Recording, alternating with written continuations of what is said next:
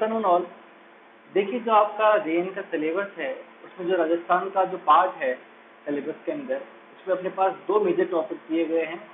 पहला है अपने पास में राजस्थान का भूगोल और दूसरा है राजस्थान का art and culture and history. ठीक है, तो सबसे पहले जो हम पढ़ेंगे वो हम पढ़ेंगे राजस्थान का भूगोल। इसलिए मैं इस वाले पोर्शन को अपन जब बाद में पढ़ेंगे तब देख लेंगे। तो अभी जो मैं ओवरव्यू दे रहा हूँ आपको वो दूंगा राजस्थान के भूगोल का। तो मैं इसे आपके सामने से हटा रहा हूँ। ठीक है, तो राजस्थान के भूगोल के अंदर सबसे पहला जो टॉपिक है वो हमारे सामने आता है स्थिति एवं विस्तार। ठीक है, जो स्थिति एवं विस्तार है उसमें हम सबसे पहले ये देखेंगे कि जो राजस्थान है वो कहाँ पर स्थित है। कहाँ पर स्थित है माने मतलब विश्व में कहाँ पर स्थित है, विश्व में कहाँ पर स्थित है, एशिया में कहाँ पर स्थित है, एशिया में कहाँ पर स्थित है, और भारत में कहाँ पर स्थित है।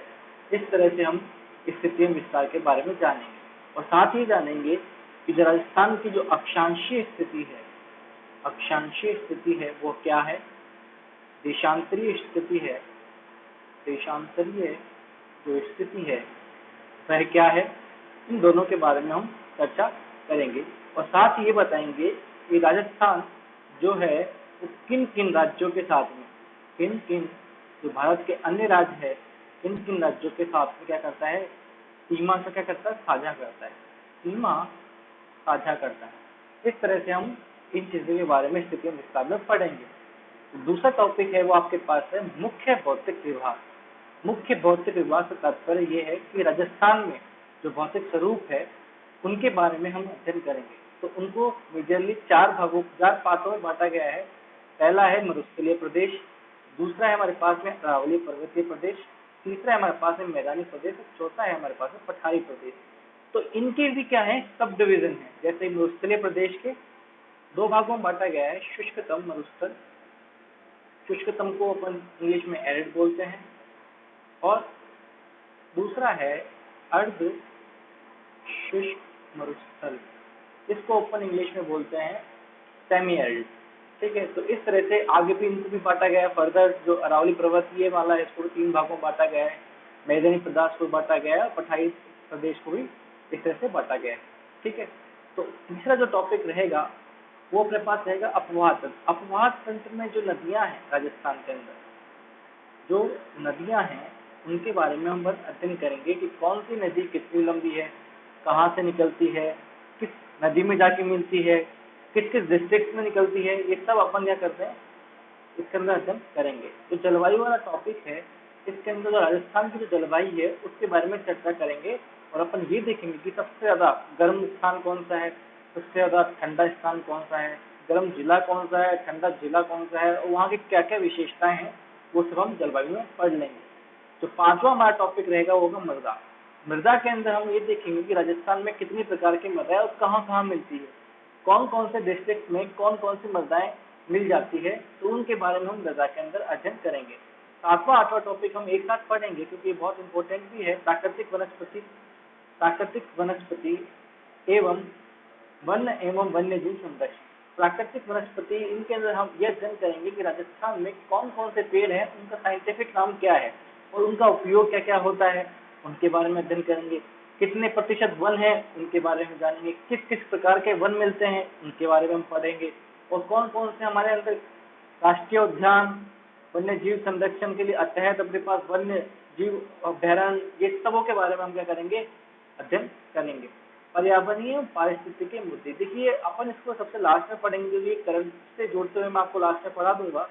जो करंट के इश्यूज चल रहे हैं उनके सब के सब जो अपने पर्यावरणीय इश्यूज चल रहे होंगे उनके बारे में हम यहाँ करेंगे, अध्ययन कर लेंगे। ठीक है, नौवां है मरुस्थलीकरण। मरुस्थलीकरण का डेजर्टिफिकेशन होता क्या है, डेजर्टिफिकेशन क्या होता है, इसे कैसे रोका जा सकता है और किस तरह ये बढ़ रहा है, इसके बारे में मरुस्थलीकरण के अंदर चर्चा करेंगे। ठीक है, 10वां जो टॉपिक आएगा वो आएगा हमारे पास कृषि जलवायु प्रदेश एवं प्रमुख फसलें। राजस्थान में कौन कौन सी फसलें सबसे ज्यादा बोई जाती हैं, किन किन फसलों के अंदर उत्पादन में हम सबसे पहले नंबर पे है, कौन कौन से डिस्ट्रिक्ट किन किन फसलों का उत्पादन सबसे ज्यादा करते हैं, वो सब चीजें हम क्या करेंगे कृषि, जलवायु, प्रदेश एवं प्रमुख फसलों में हम पढ़ लेंगे। ठीक है, 11वें में तो हम पढ़ेंगे पशुधन के अंदर कि राजस्थान में कितने कौन कौन से पशु हैं और उनकी की कौन कौन सी नस्लें, जैसे गाय है तो इनकी कौन कौन सी नस्ल यहाँ मिलती है। ठीक है, जो भैंस है उसकी कौन कौन सी जो नस्ल है उनके बारे में पढ़ेंगे, और उनके कल्याण के लिए जो योजनाएं चलाई जा रही है उनके बारे में अपन क्या करेंगे, यहाँ पर अध्ययन करेंगे। ठीक है, तो अगला जो टॉपिक आएगा हमारा वो आएगा बहुउद्देशीय परियोजनाएं और सिंचाई परियोजनाएं। ठीक है, जो बहुउद्देशीय परियोजनाएं होती हैं वो बेसिकली एक काम के लिए नहीं होती, वो कई कामों के लिए होती है। जैसे वो सिंचाई परियोजना, उसको सिंचाई में भी काम में ले सकते हैं, पीने के काम में भी ले सकते हैं अपन, और उसके अलावा हम मछली पालन के लिए भी उसको काम में ले सकते हैं। और उससे पन बिजली जो होती है, जो हाइड्रो पावर प्लांट बनते हैं, पन बिजली बोलते हैं उसको हिंदी में, उनके लिए भी अपन काम करते हैं। तो बहुउद्देशीय, बहुत सारे उद्देश्य होते हैं, इसलिए उनको बहुउद्देशीय परियोजनाएं बोला जाता है। ठीक है, जो सिंचाई परियोजना राजस्थान में चल रही है, जैसे कि इंदिरा गांधी नहर का नाम आपने डेफिनेटली सुना होगा, तो उसके अलावा बहुत सारी परियोजनाएं चल रही हैं, उनके बारे में सारा अध्ययन करेंगे। जल संरक्षण में जो भी योजनाएं चल रही हैं, जैसे मुख्यमंत्री अपने पास में जल संवर्धन योजना है, वो जल संरक्षण के लिए एक बहुत अच्छी योजना है। इसके अलावा जो पारंपरिक जो हमारे पास में कुएं बनाते हैं, तालाब बनाते हैं, उनके बारे में इसके अंदर क्या करेंगे, अध्ययन कर लेंगे। 15वां टॉपिक होगा परिवहन। परिवहन के अंदर देखिए क्या होगा, तो राजस्थान में जो स्टेट हाईवेज हैं, जो नेशनल हाईवेज हैं, उनको कहाँ कहाँ से होकर गुजरते हैं और किन किन डिस्ट्रिक्ट को मिलते हैं, कहाँ कहाँ उनका कॉरिडोर में स्थान है, उनके बारे में अध्ययन पढ़ेंगे। तो 16वां टॉपिक है वो खनिज संपदा। देखिए ये बहुत ज्यादा इंपॉर्टेंट टॉपिक है, इससे कहीं ना कहीं एग्जाम में 2 से 3 क्वेश्चन आपको देखने को मिल जाएंगे। ठीक है, कि राजस्थान किन किन खनिजों के अंदर, किन किन धातुओं के अंदर पहला स्थान रखता है उत्पादन के अंदर। ठीक है, भंडार में कौन सा स्थान रखता है, और कौन कौन सी जगह, कौन कौन सा डिस्ट्रिक्ट किन किन धातुओं का क्या करते हैं, उत्पादन करते हैं, इनके बारे में अपन अध्ययन करेंगे। तो ये आपको मैं छोटा सा ओवरव्यू दे दिया है। तो आज जो हम टॉपिक स्टार्ट करने वाले हैं वो है स्थिति एवं स्टार। लेकिन इससे पहले मैं आपको कुछ बेसिक चीजें पढ़ाऊंगा जो आपको पता होनी चाहिए। क्यों नहीं चाहिए वो आपको बाद में पता लग जाएगा। तो स्टार्ट करते हैं। आप कोई हेडिंग मत डालिएगा केवल, ठीक है, लिखना शुरू कीजिएगा आप। देखिए क्या होता है कि किसी भी जगह की स्थिति पता करने के लिए सबसे पहले हमें क्या होना चाहिए, दिशाओं का ज्ञान होना चाहिए। दिशाओं का ज्ञान होने के अलावा उस समय स्थिति को बताने के लिए हमारे पास अक्षांश और देशांतर, ये दोनों चीजें भी होना हमारे पास अति आवश्यक है। तो आपको पता होगा, अगर नहीं है तो अच्छी बात है, तो मैं बता रहा हूँ यहाँ पे। तो जो पेपर पर जब आप अपन भी दिशाएं दिखाते हैं तो कुछ इस तरह से दिखाते हैं। ठीक है, हमारा जो ऊपर होता है वो नॉर्थ होता है, हमारा जो नीचे रहता है वो साउथ होता है, जो हमारा राइट हैंड साइड में होता है वो हमारा ईस्ट होता है, और जो हमारा लेफ्ट में होता है वो वेस्ट होता है। अगर आपको ये बात पता नहीं है तो आप इस तरह से डायग्राम बना लीजिएगा। ठीक है, तो ये हमारा क्या मैप के अंदर जब भी हम क्या देखते हैं, अपन दिशाएं देखते हैं, तो इसकी ही मदद से अपन वो दिशाएं देखते हैं। तो सबसे पहले मैं आपको किसी भी जगह की, मैंने बताया कि किसी भी जगह की आपको क्या पता करना है। अगर मान लीजिए स्थिति एवं उसका क्या पता, विस्तार पता करना है, स्थिति एवं कहाँ कहाँ वो स्थिति है, तो उस जगह के लिए अपन क्या करेंगे, सबसे पहले अपने को अक्षांश पता होना चाहिए। ठीक है, दिशा तो खैर अपने को पता होनी ही चाहिए, दिशा पता ही नहीं होनी चाहिए, अक्षांश पता होना चाहिए, और अपने को क्या पता होना चाहिए, देशांतर पता होना चाहिए। अब ये क्या होते हैं बता देता हूँ। अक्षांश को अपन लैटिट्यूड बोलते हैं, लैटिट्यूड इंग्लिश में, और देशांतर को हम बोलते हैं लॉन्गिट्यूड। तो इस तरह से अभी आप कुछ मत लिख लीजिएगा, सबसे पहले आप हेडिंग डाल लीजिएगा यहाँ पर ऊपर अक्षांश, क्योंकि ये बहुत सी छोटी छोटी सी चीजें हैं जो आपको आनी चाहिए। अक्षांश, ठीक है, लैटिट्यूड हेडिंग डाल लीजिएगा, इनको हटा देता हूँ मैं। अक्षांश, अक्षांश या लैटिट्यूड।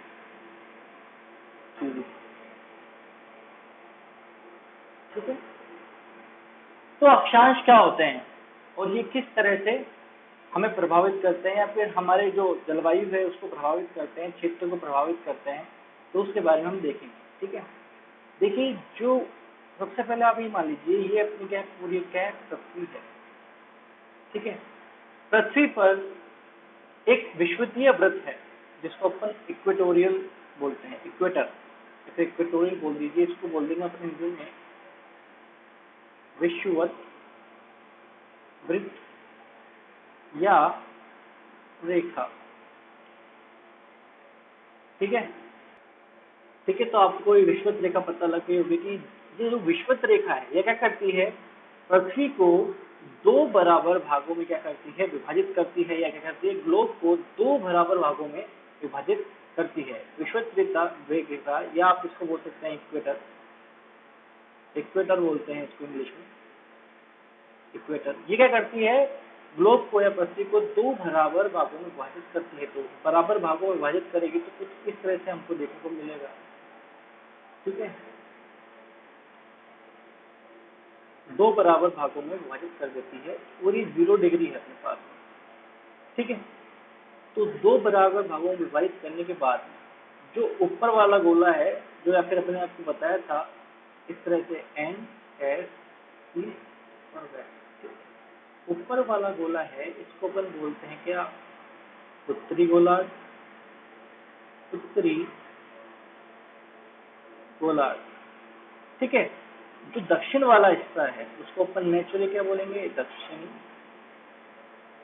गोलार्ध। ठीक है, इतनी बात समझ में आई आपको। ठीक है, इतनी बात समझ में आई कि नहीं। अब आप देखिए, जो विषुवत रेखा आपको समझ में आ गई, जो पृथ्वी को क्या कर रही है, दो बराबर भागों में क्या कर रही है, विभाजित कर रही है। उत्तर वाले को अपन क्या, उत्तरी गोलार्ध, दक्षिण में स्थित उसको क्या दक्षिणी गोलार्ध बोलेंगे। अब जो अक्षांश है वो क्या होते हैं, विषुवत वृत्त के समानांतर, विषुवत वृत्त के, आप लिखना स्टार्ट कीजिए कि अक्षांश क्या होते हैं। लिखिए, आप यहाँ पर डाल लीजिएगा, ऐसा पॉइंट बनाकर लिखिएगा, विषुवत वृत्त के समानांतर, विषुवत वृत्त के समानांतर स्थित, विषुवत वृत्त के समानांतर स्थित, विषुवत वृत्त के समानांतर, विषुवत वृत्त के समानांतर स्थित काल्पनिक वृत्त क्या कहलाते हैं, अक्षांश कहलाते हैं। ठीक है, विषुवत वृत्त के समानांतर स्थित क्या, काल्पनिक वृत्त क्या कहलाएंगे, अक्षांश कहलाएंगे। तो एक काल्पनिक वृत्त दिखेंगे कैसे, तो आप ये देख लीजिए, जो जितना विषुवत वृत्त कौन सा हुआ, 0 डिग्री वाला। ठीक है, इसकी तो समानांतर अगर रहेगा, पैरेलल बोलते हैं समानांतर, तो समानांतर जो वृत्त रहेंगे, मतलब जो चारों तरफ से कर रहा है ना, ये आगे है तो ये पीछे भी, तो समानांतर वृत्त कुछ इस तरह से बनेंगे, पीछे तो जा रहा है ना अपने, तो जो समानांतर वृत्त खींचेंगे इस तरह से, आप देखिए इस तरह से जो समानांतर वृत्त बनेंगे वो क्या कहलाएंगे, अक्षांश। और जो नॉर्थ पोल पे जाके ये क्या करेंगे, बिल्कुल छोटा सा बिंदु बन जाएगा, उसको 90 डिग्री अपन वहां पहुंच जाएंगे। इसी तरह दक्षिणी गोलार्ध में फिर अक्षांश जाएंगे। ठीक है, उसका करेगा एक 90 डिग्री जो होता है अपने पास में, कौन सा, यहाँ पर 90 डिग्री पहुंचेगा उत्तरी ध्रुव, उत्तरी ध्रुव, और यहाँ पर क्या होगा 90 डिग्री, दक्षिणी ध्रुव। 90 डिग्री कैसे, यहाँ पे 0 डिग्री है, यहाँ पे 1 2 डिग्री, ऐसे बढ़ते बढ़ते आगे आगे आगे चल के क्या कर जाएंगे, यहाँ पे 90 डिग्री तक पहुंच जाएंगे। 3 डिग्री, 4 डिग्री, 5 डिग्री, 6 डिग्री। ठीक है, अब सबसे बड़ी प्रॉब्लम ये आती है कि डिग्री तो यहाँ पर भी है, इससे रहता है यहाँ पे नीचे की तरफ जाएंगे तो भी 1 डिग्री, 2 डिग्री, 3 डिग्री, 4 डिग्री, इस तरह से करते करते तो अपने पास इधर भी जाएगा। तो अपन पता कैसा करेंगे कि कहाँ पर उत्तरी गोलार्ध में स्थित है या दक्षिणी गोलार्ध में स्थित है, कौन सा, ये 2 डिग्री वाली लाइन।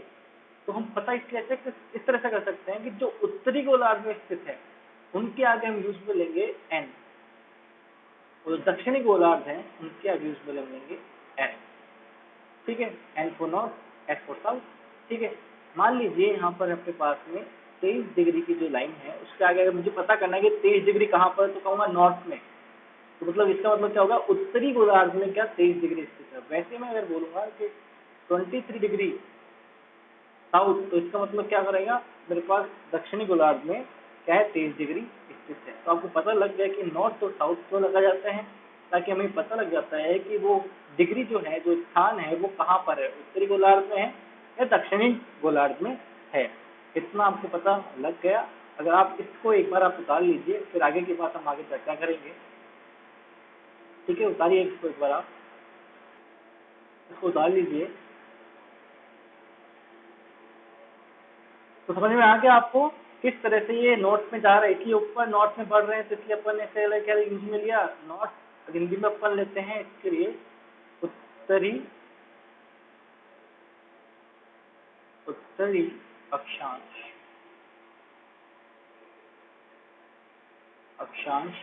और अपन दक्षिण में होंगे तो इसके लिए क्या मिलेंगे, दक्षिणी अक्षांश। ठीक है, अब इन अक्षांशों को आपने उतार लिया होगा, इसलिए मैं मिटा रहा हूँ इनको। ठीक है, अब इनके जो अक्षांश हैं ये बड़े महत्वपूर्ण है हमारे लिए, बहुत ही इंपॉर्टेंट है। ये क्या करते हैं कि किसी क्षेत्र की जलवायु को बड़ा प्रभावित करते हैं। किस तरह से प्रभावित करते हैं आप ये देख लीजिए।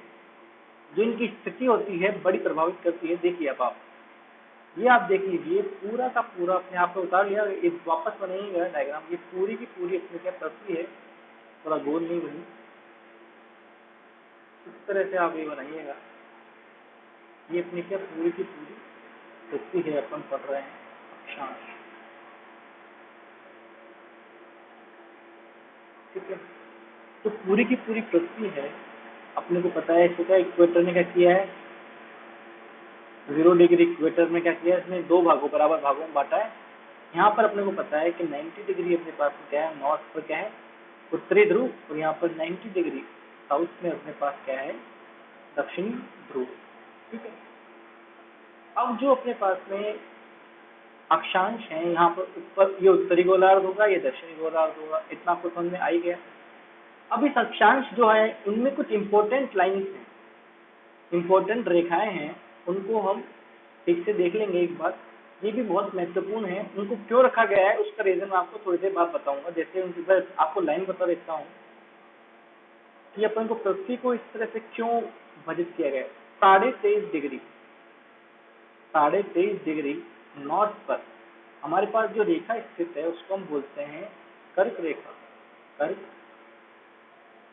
रेखा, इसको बोलते हैं ट्रॉपिक ऑफ कैंसर।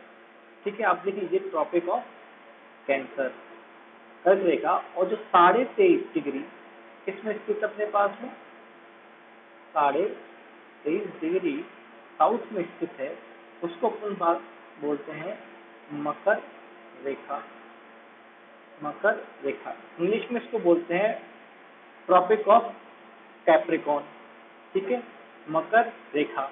ये जो हमारे पास में है, ये हमारे पास में है विषुवत वृत्त या विषुवत रेखा। विषुवत वृत्त या विषुवत रेखा। ठीक है, इक्वेटर।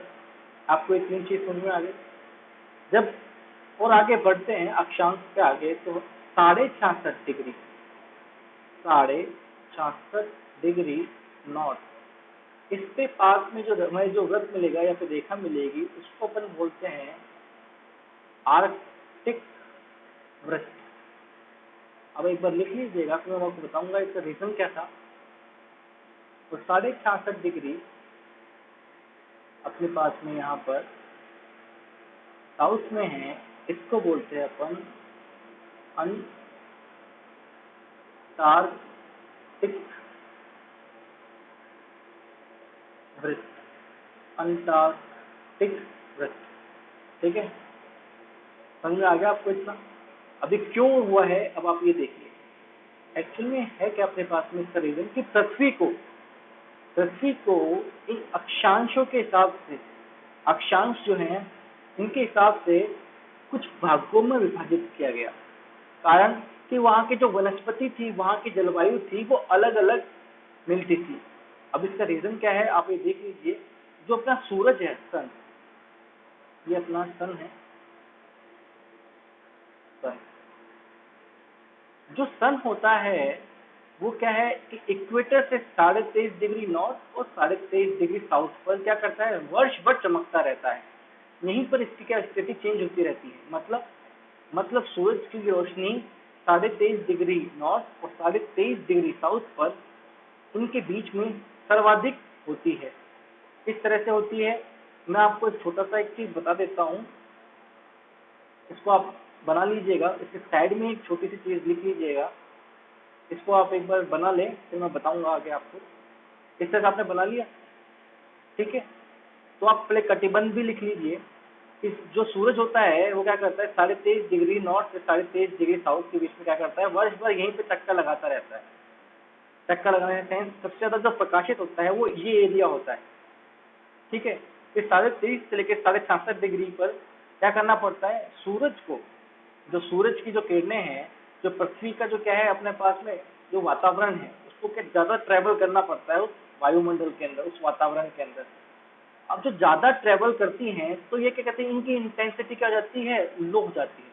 लो हो जाती है तो क्या हो जाती है, यहाँ पर किरणें कम पहुंचेगी तो ताप क्या मिलेगा अपने को, कम मिलेगा। और जो ध्रुवों के आसपास वाला एरिया है तो वहां पे तो ये बहुत ही रेयर पहुंच पाती है, इसलिए वहां का ताप क्या होता है, बहुत कम मिलेगा। तो उसी के आधार पर जो 23.5 से लेके 23.5 नॉर्थ से लेके 23.5 साउथ तक जो एरिया था उसको नाम दिया गया उष्ण कटिबंध। उष्ण कटिबंध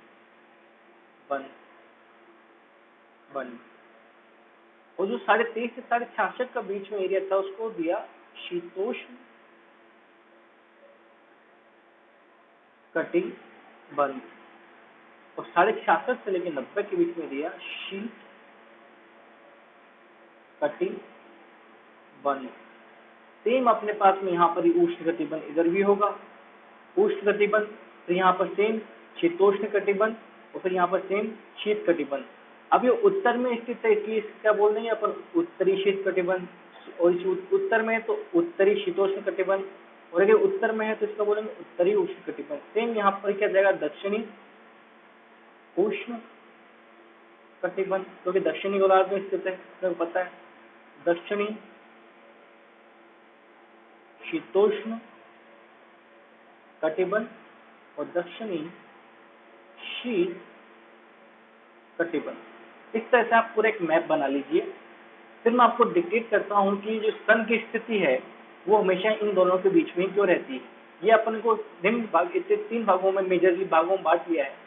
आजकल एक और भी है, अपन एक और भागों में वैसे बांट सकते हैं। 23.5 से लेके 66.5 के बीच में एक लाइन आती है अपने पास में इस तरह से, 45 डिग्री की लाइन जो होती है अपने पास में नॉर्थ, उसको अपन 23.5 से जो एरिया है 23.5 से लेके 45 वाला एरिया, इसको अपन बोलते हैं उपोष्ण कटिबंध।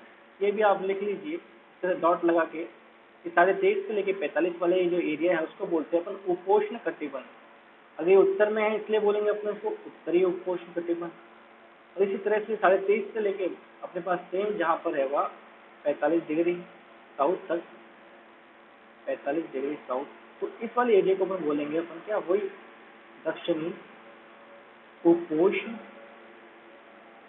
कटिबंध। अभी होता क्या है आपको मैं बता दिया है। उष्ण कटिबंध सबसे ज्यादा हमें क्या मिलती है, यहाँ पर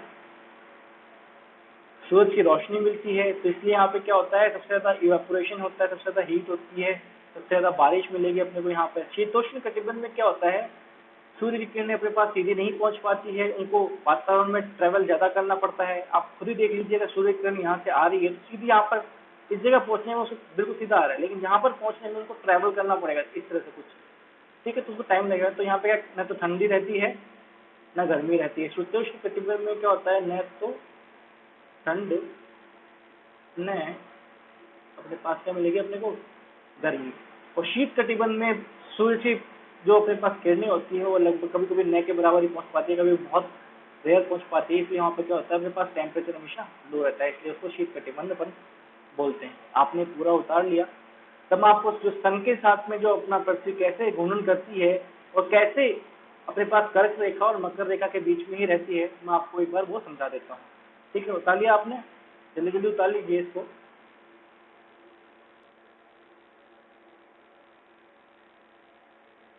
ठीक है, आप उतार लीजिए, बता लीजिएगा।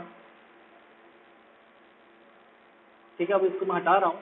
कोई बात नहीं, अपने स्क्रीनशॉट वगैरह कुछ भी ले लीजिए, आराम से स्टॉप कर लीजिएगा। अब जो बात है अपन देखते हैं सूरज मैंने बताया आपको कटिबंध बने कैसे, तो वो अब सबसे पहले आप देख लीजिए ये अपने पास में क्या है, एक सन, अपना सन है इस तरह से। पृथ्वी क्या है कि इस सन के चारों ओर द्विज वक्ताकार कक्षा में क्या कर रही है, चक्कर लगा रही है। ठीक है, तो इस तरह से पृथ्वी क्या कर रही है, चक्कर लगा रही है चारों ओर, इस तरह से क्या कर रही है, पृथ्वी चारों ओर चक्कर लगा रही है। ठीक है, अब पृथ्वी जब चारों ओर चक्कर लगाती है तो कुछ विशेष स्थितियां उत्पन्न होती है, मैं आपको बता देता हूँ। जब पृथ्वी सूरज के इस तरह से आप चार यहाँ पर बना लीजिएगा, पृथ्वी और एक चार अलग अलग स्थितियों में पृथ्वी पर क्या क्या प्रभाव पड़ते हैं वो देख लीजिएगा। ठीक है, ये हमारी इक्वेटर हो गई है, ये हमारी इक्वेटर है, ये हमारी इक्वेटर है और ये हमारी इक्वेटर है। आप भी ऐसे बनाते चलिए मेरे साथ साथ ही।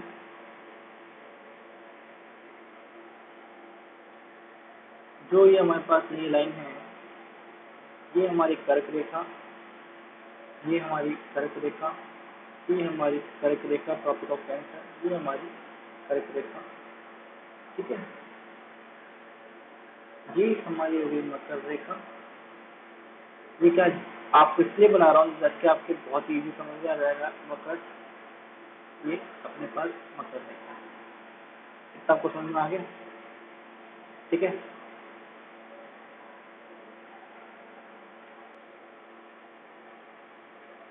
इतना बना लिया आपने, अब आगे भी बनाते जाइए थोड़ा।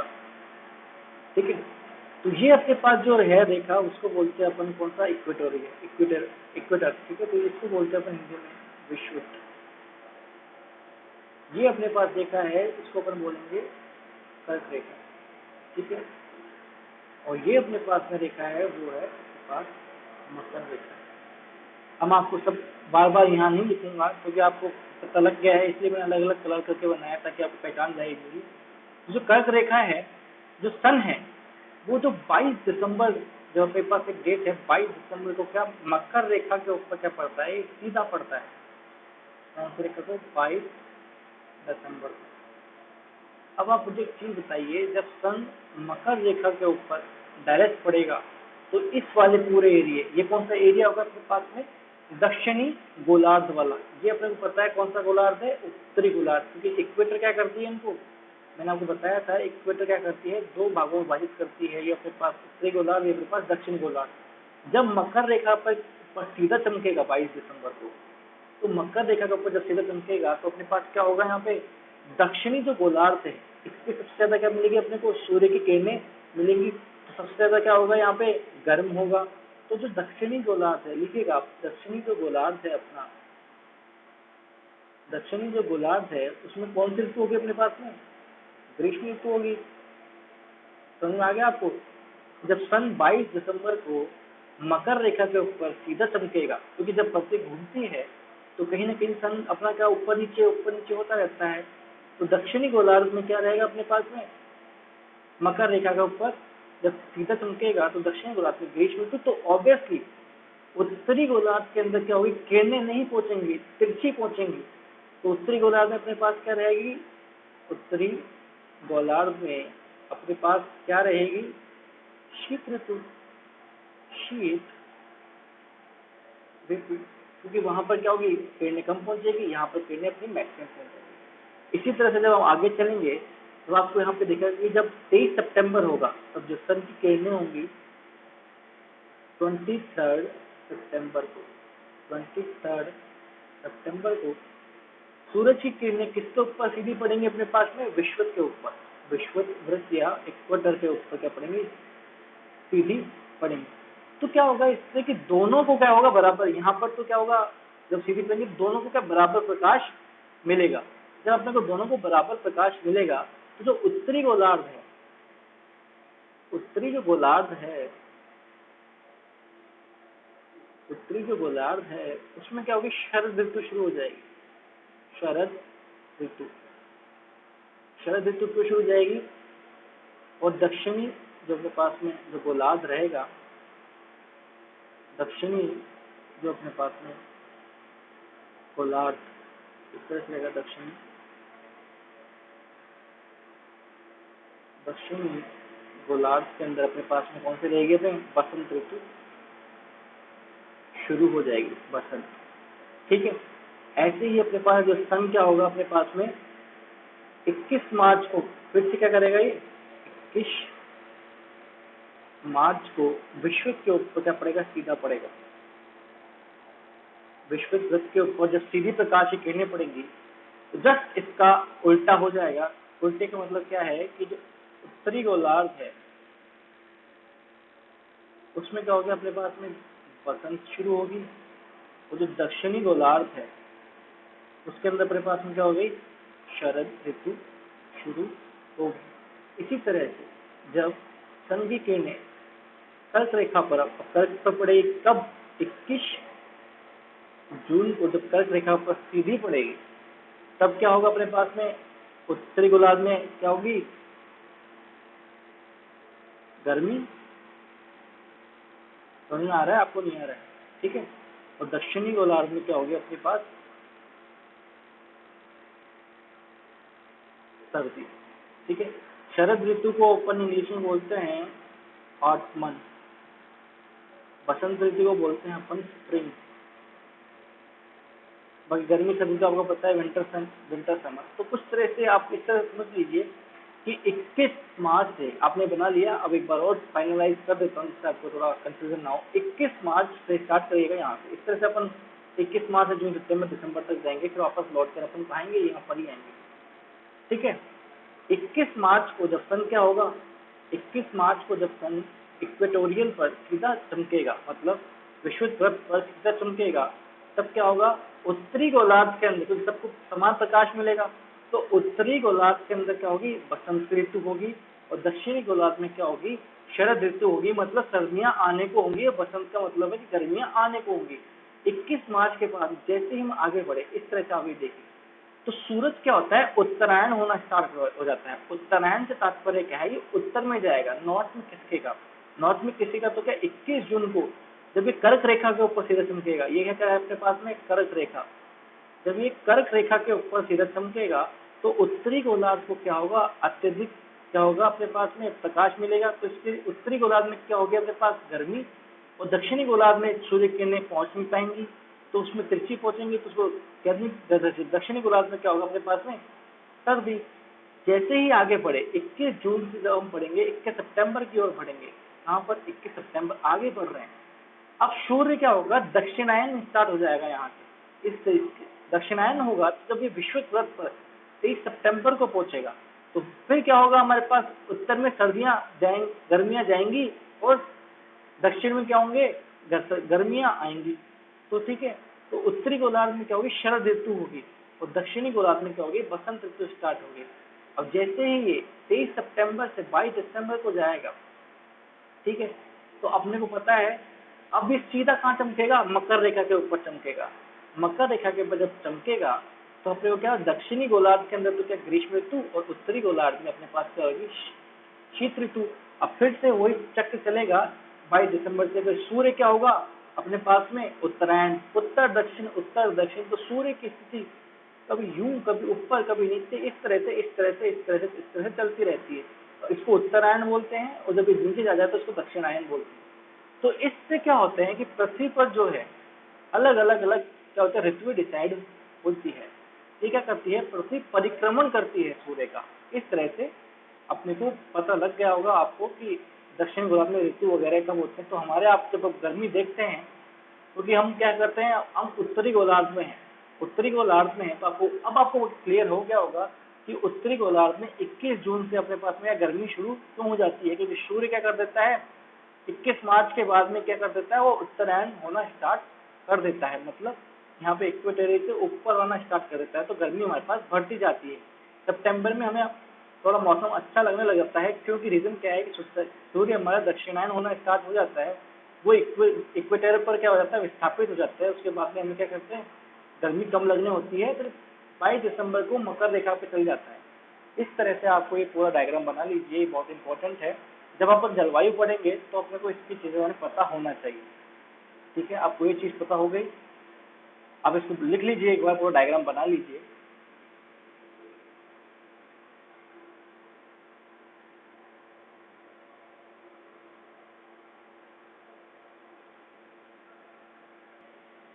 तो अब आपको पता लग गया होगा कि अक्षांश हमारे लिए कितने महत्वपूर्ण है। क्योंकि यहाँ पे 0 डिग्री से यहाँ पे 23.5 डिग्री, तो 23.5 डिग्री के बीच ही क्या करता है, सूरज चारों तरफ हमेशा।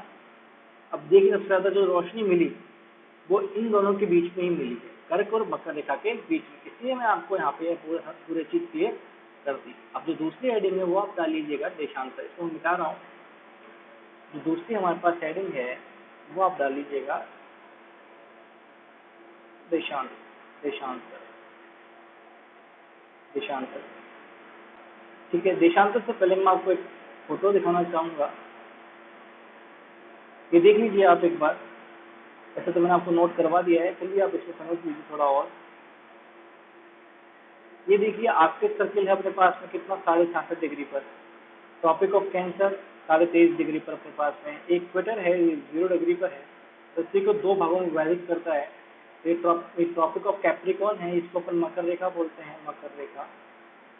ठीक है, इस तरह से आपको मैंने दिखा दिया है। ये अपने पास 90 डिग्री नॉर्थ पोल और साउथ पोल है। 0 डिग्री के ऊपर जो होगा उसको अपन क्या बोलेंगे, उत्तरी गोलार्ध। ये आपको समझा दिया पहले मैंने। दक्षिण में होगा उसको अपन क्या बोलेंगे, दक्षिणी गोलार्ध। ठीक है, गोलार्ध कहा जाएगा। फिर वही 23 के बीच में अपन डिग्री उष्ण कटिबंध, 23.5 से 66 के बीच में शीतोष्ण कटिबंध, और 66.5 से 90 के बीच में शीत कटिबंध। ठीक है, तो इस तरह से आप ये पढ़ लीजिए हमने। ओके, ऊपर लिख लीजिए देशांतर, हेडिंग डाल लीजिएगा अपना देशांतर।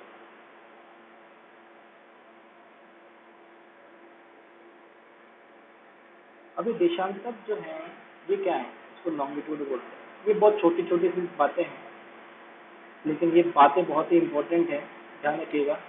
अगर आपको ये आती है तो बहुत ही अच्छी बात है, नहीं आती है तो आप सीखिए। जो देशांतर हैं ये क्या होते हैं, तो लिखिए इनके बाद पॉइंट डाल के लिख लीजिए देशांतर क्या होता है। लिखिए, एक ध्रुव को, लिखिएगा आप, एक ध्रुव को एक ध्रुव को दूसरे ध्रुव से मिलाने वाली, एक ध्रुव को दूसरे ध्रुव से मिलाने वाली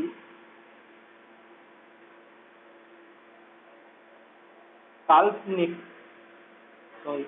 मिलाने वाले काल्पनिक, मिलाने वाले काल्पनिक अर्धवृत्त को देशांतर कहा जाता है। अर्धवृत्त को देशांतर कहा जाता है। तो साहब ये क्या बात हुई, तो आप इधर देख लीजिए। देखिए, एक ध्रुव से दूसरे ध्रुव को मिलाने वाली काल्पनिक अर्धवृत्त को देशांतर कहा जाता है। इसका तात्पर्य है कि यहाँ पर अपने पास में नॉर्थ पोल है, यहाँ पर अपने पास में साउथ पोल है। अपने को पता लग गया है कि 90 डिग्री नॉर्थ में जो स्थित है वो क्या अपने पास नॉर्थ पोल, और 90 डिग्री साउथ में उसको क्या अपने पास साउथ। अब जो 90 डिग्री, इसको जो 90 डिग्री साउथ से जो रेखाएं मिलाएंगी इस तरह से, वो रेखा क्या कहलाएंगे अपने पास में, देशांतर कहलाएंगे। तो आप ये देखिए जो रेखाएं इसको लगातार मिलाती है इस तरह की आधी ही बनती है।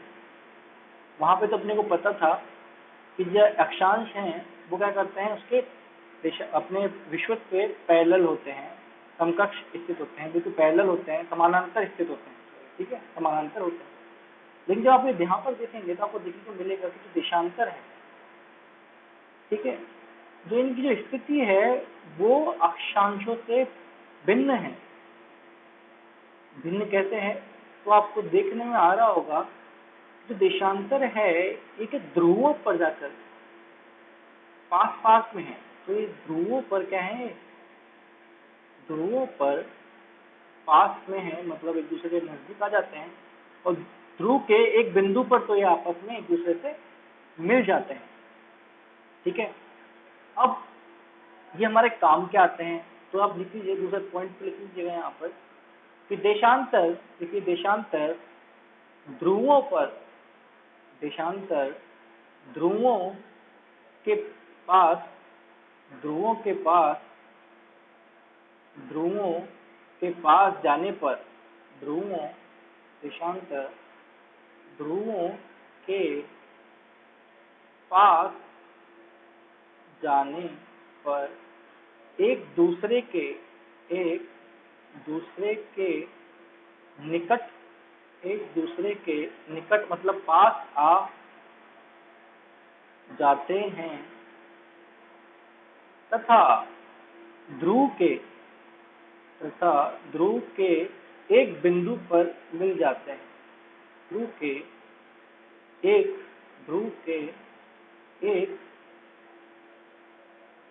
बिंदु पर मिल जाते हैं। समझ आ गया आपको? अब इसका तीसरा जो पॉइंट लिखिए वो ये कि देशांतर काम क्या आता है साहब, ये स्थानीय जो समय होता है, स्थानीय समय की गणना करने में काम में आते हैं, गणना करने के काम में आते हैं। तो वो किस तरह से आते हैं मैं आपको समझा देता हूँ एक बार।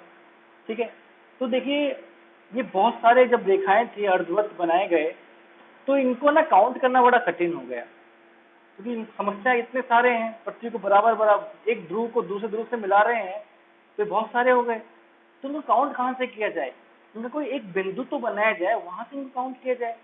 ठीक है, तो अब वहां पे से काउंट करने के लिए वैज्ञानिकों ने क्या किया, एक प्राइम मेरिडियन फाचा, इस तरह से प्राइम मेरिडियन, जिसको अपन बोलते हैं ग्रीनविच रेखा, ये इसको बोलेंगे अपन प्रधान मध्याह्न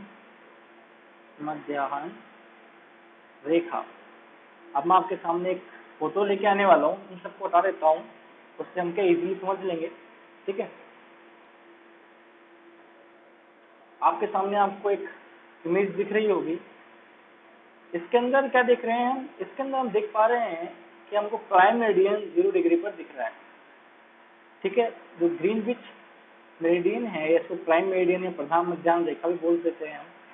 यहाँ से हमने क्या किया, इसको हमने 0 डिग्री माना, हमने कहा कि यहाँ से अपन क्या करेंगे, देशांतर काउंट करेंगे। अब जो ग्रीनविच मेरिडियन के, आपको पता है नॉर्थ साउथ ईस्ट और वेस्ट, ठीक है, जो ग्रीनविच मेरिडियन के पूर्व में जो स्थित देश है या फिर पूर्व में जो स्थान है, उनको अपन क्या करेंगे, उसका आगे अपन क्या उनका कि ईस्ट यूज लेंगे।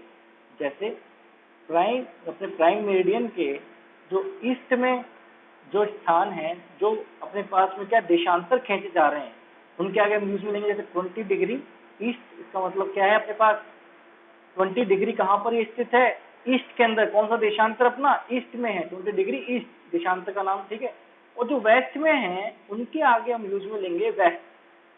ठीक है, तो अगर मैं पूछूं 20 डिग्री मेरे को पता करना है कि 20 डिग्री देशांतर में आपको दे देता हूं, तो आप मेरे से कहेंगे सर ईस्ट या वेस्ट।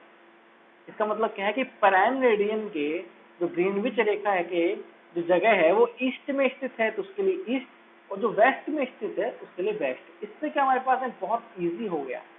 ईजी क्या होगा, काउंट करना ईजी होगा। किनको, देशांतर को काउंट करना हमारे लिए क्या हो गया, बहुत ही ईजी हो गया। और एक बात और आप नोट कर लीजिएगा कि जो 180 डिग्री वाली रेखा है, क्योंकि जाके कहीं ना कहीं खत्म होगा, 180 डिग्री वाली रेखा है जो रहेगी अपने पास में इस तरह से, वो जो ईस्ट है और 180 डिग्री जो वेस्ट है, इन दोनों की रेखा क्या है, हमारे पास सेम ही है, बिल्कुल सेम है।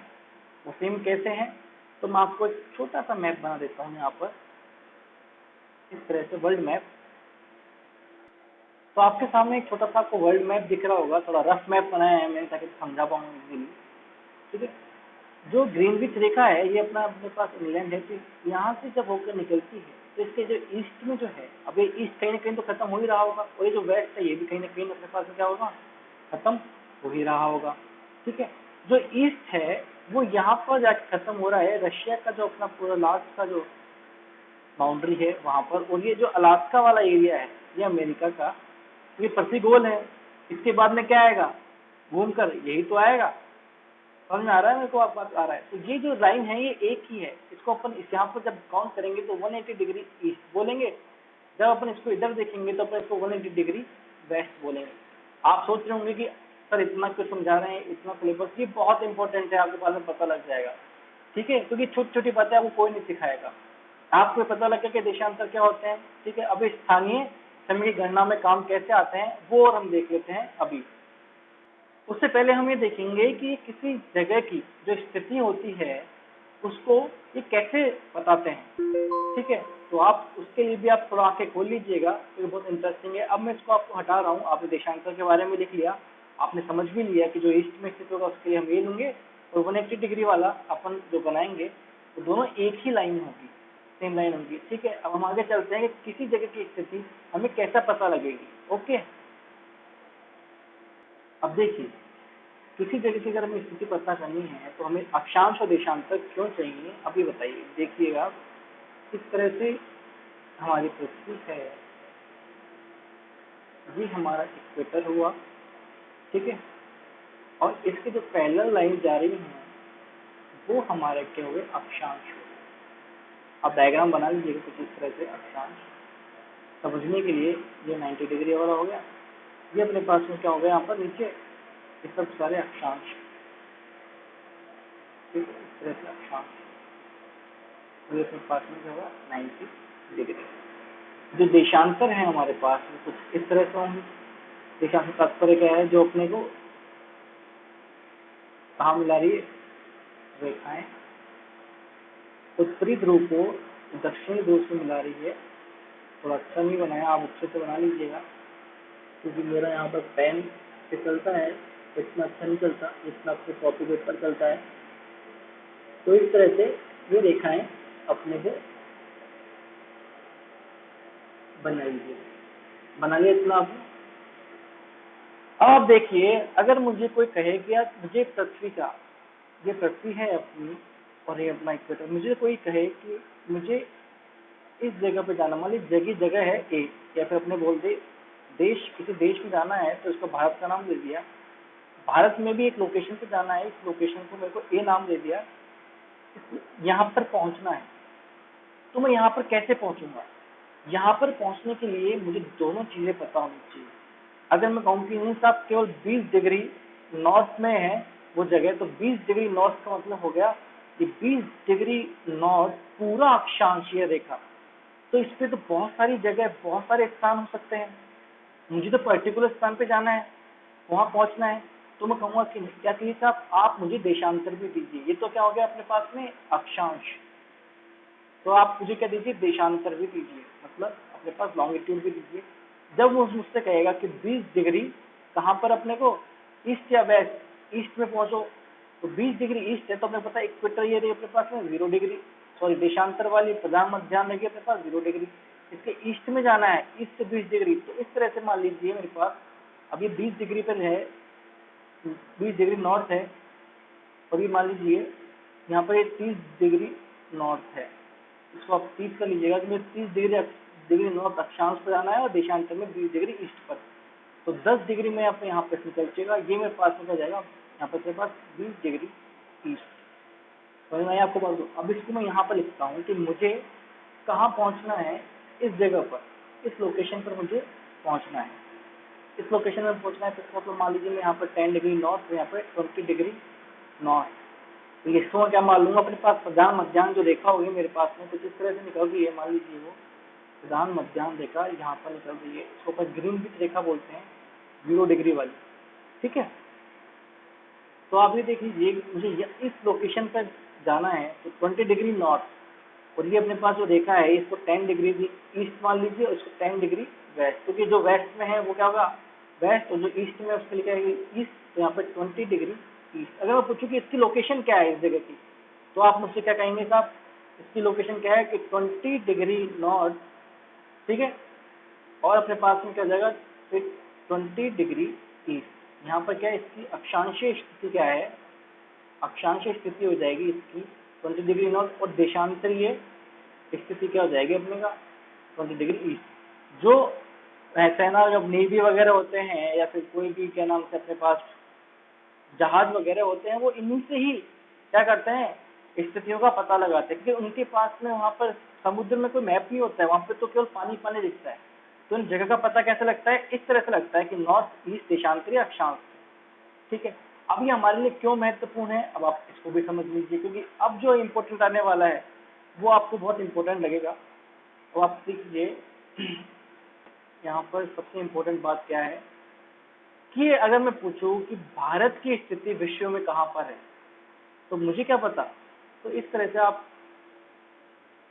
पहले कहेंगे कि साहब हमें तो पता ही नहीं है भारत कहाँ पर है और कहाँ से शुरू होगा। अगर मैं आपसे कहूँ कि आप अपने अक्षांश और देशांतर आपने पढ़ लिए हैं, तो आपके लिए बहुत ही ईजी हो जाएगा। इस तरह से कुछ आप भारत का नक्शा बना लीजिएगा, छोटा सा मैप, ना बनाएंगे तो भी चलेगा, तो ज़रूरी नहीं है एकदम एक्यूरेट बने, ठीक है। मान लीजिए कि हमारा क्या भारत है, समझ में आ गया आपको, ये हमारा भारत है। अब मैं आपसे पूछूं कि जो भारत की जो स्थिति रहेगी वो कहाँ रहेगी, तो आपको एक वर्ल्ड मैप पहले मैं दिखा देता हूँ। इससे पहले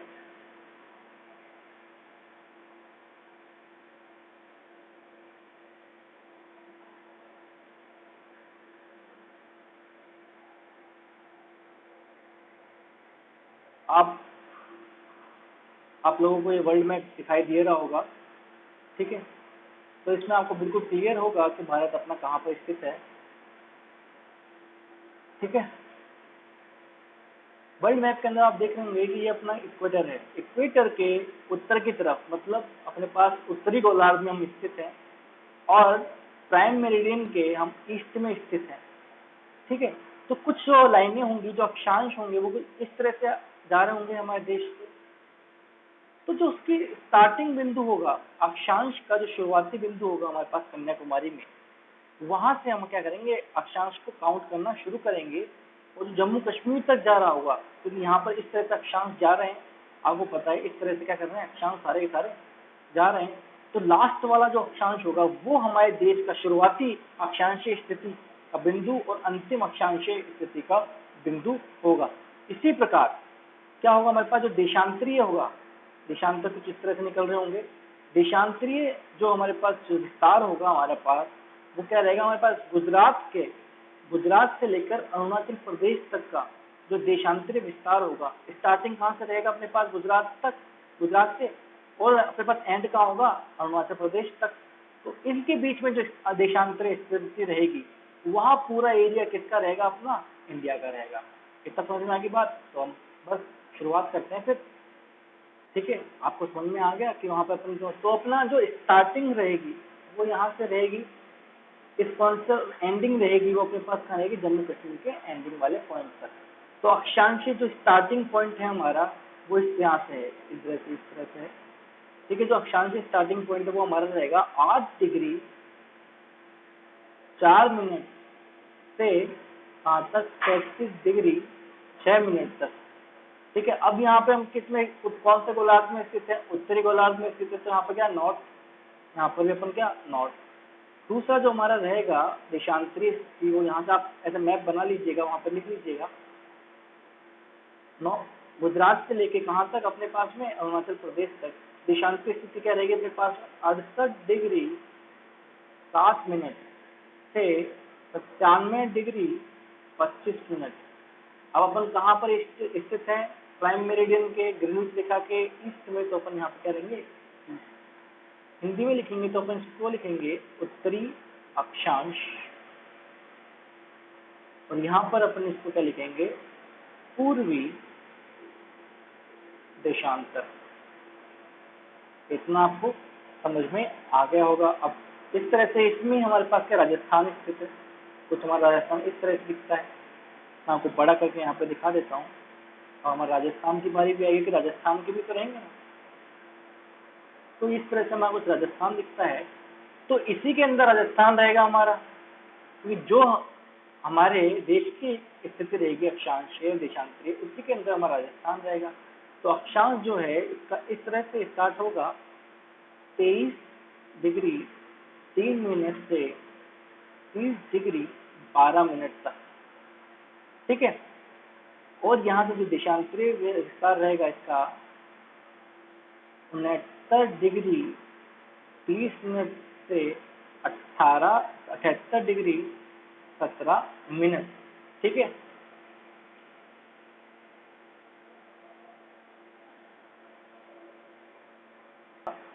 इतना आपको समझ में आ गया होगा, ठीक है।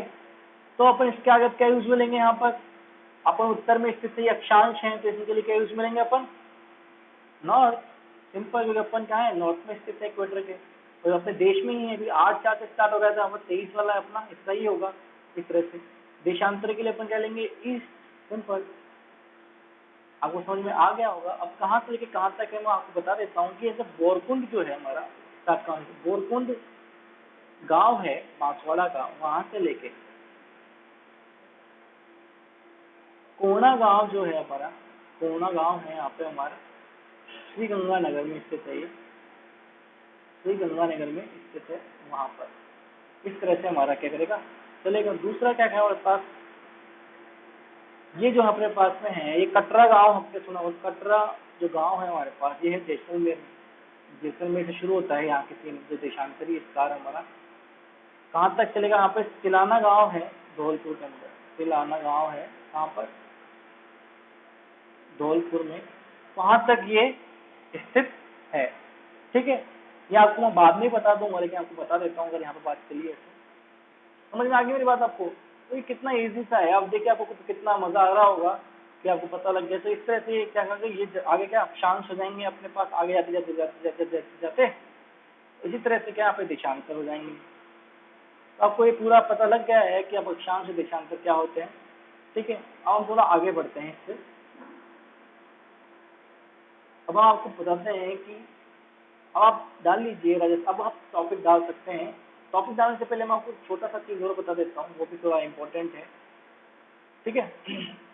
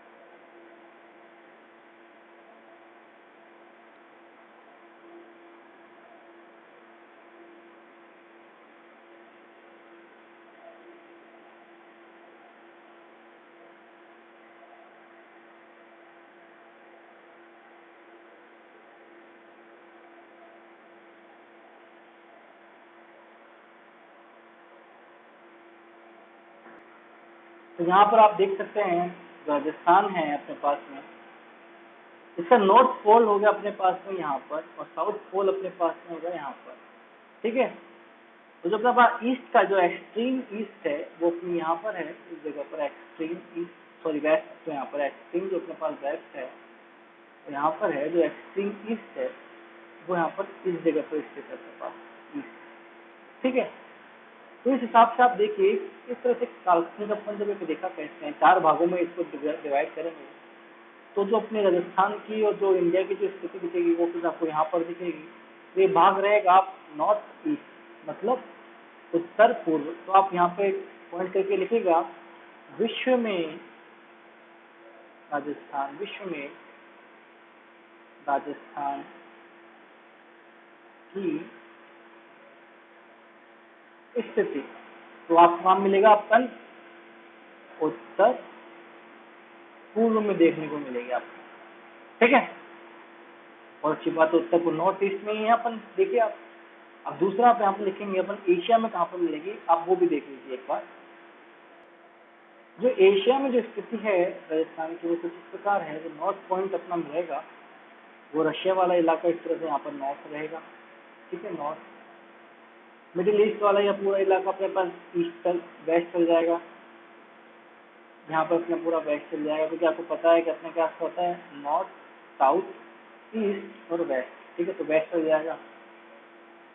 यहाँ पर अमेरिका का अलास्का वाला रीजन है, तो यहाँ पर बस कनाडा स्टार्ट हो जाता है, कनाडा हो जाता है, यहाँ पर अमेरिका का अलास्का है। ये वाला जो अपने पास 180 डिग्री वाली, यहाँ पर 1 ईस्ट भी है और यहाँ पर 180 डिग्री अपने पास वेस्ट भी है। तो अपने पास जो ईस्ट वाला इलाका, क्योंकि अपने पास क्या नॉर्थ रीजन ये है, वेस्ट रीजन ये है, इसका एक्सट्रीम जो ईस्ट होगा वो ये होगा, साउथ वाला रीजन बाली वाला का। तो आप जब इनके काल्पनिक को इस तरह से मिलाएंगे तो हम दक्षिण में आएंगे, तो दक्षिण में भी कहाँ पे, दक्षिण पश्चिम। तो आप लिख लीजिएगा एशिया में राजस्थान की स्थिति क्या हो जाएगी अपने पास में, दक्षिण पश्चिम। आपको पता लग गया होगा। ठीक है, अब मैं आपको अपने हिंदुस्तान में जो है भारत, उसके अंदर बता देता हूँ कि अपनी स्थिति क्या रहेगी। ये आपको भारत का नक्शा दिख रहा है। ठीक है, इसमें जो जम्मू कश्मीर वाला जो एक्सट्रीम जो नॉर्थ रहेगा अपने इंडिया का, जम्मू कश्मीर रहेगा उसके अंदर। साउथ में अपने पास में यहाँ पर कन्याकुमारी वाला इलाका, यहाँ पर अपने गुजरात जो अपना एक्सट्रीम जो वेस्ट होगा, गुजरात जो एक्सट्रीम जो अपना ईस्ट होगा वो अपना कौन सा होगा, अरुणाचल प्रदेश वाला इलाका। तो इस तरह से अपने काल्पनिक से देखा कैसेंगे, जो अपने पता लगेगा इस तरह से जाएगी। तो मध्य प्रदेश अपना पता है मध्य, तो अपन कहाँ पर आएंगे, नॉर्थ वेस्ट। तो अगर हम देखेंगे कि भारत में जो राजस्थान के, भारत में जो राजस्थान की जो स्थिति होगी, राजस्थान की जो स्थिति रहेगी, ठीक है, वो कहाँ पर रहेंगी, उत्तर पश्चिम। आपने ट्रेनों पर अक्सर देखा होगा NWR, नॉर्थ वेस्टर्न रेलवे। तो वो यही है कि अपन उत्तर पश्चिम में स्थित है, उनके रीजन होते हैं ट्रेनों के, तो NWR लिखा होता है वहाँ पर, उत्तर पश्चिम में चलती हैं ट्रेनें।